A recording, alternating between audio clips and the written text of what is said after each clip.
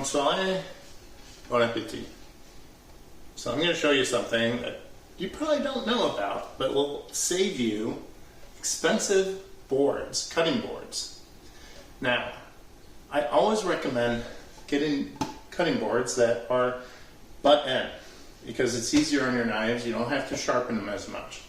But what I'm going to teach you is how to clean this so that it doesn't come apart on you. And it's very simple and quick. So I'm going to show you in the sink, and here we go. Okay, so take your board and get your sponge, wet it down, put some soap, push it in, and this is what you're going to do. You're going to wet both sides of the board. Always wet both sides. You want to do it evenly. Now, you're going to wash your board. Turn it. Wash your board. Use the scraper side to get all that loose. Anything, those meats loose, get them off.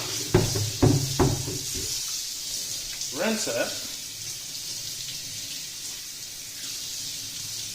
And you do not want to wet one side and keep the other side dry. So using a wet sponge on one side, because it will warp your board and create a crack it. Now as soon as you're finished with this, you got to wipe it.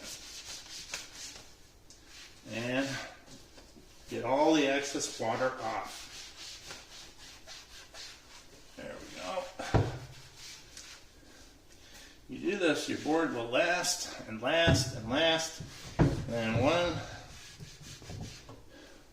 bit of advice, what I do is I just stand it like this in a corner of my kitchen and let it dry completely. But what you should do once a week to make it look nice and beautiful is take some olive oil and lightly put some olive oil. I can't do it now because it's wet. You gotta wait till it's dry. And then wipe the wood, and again, let it dry.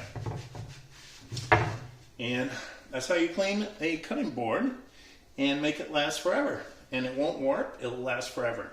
By the way, never get a board that's less than a 1/2 inch thick. Just good advice. It will warp.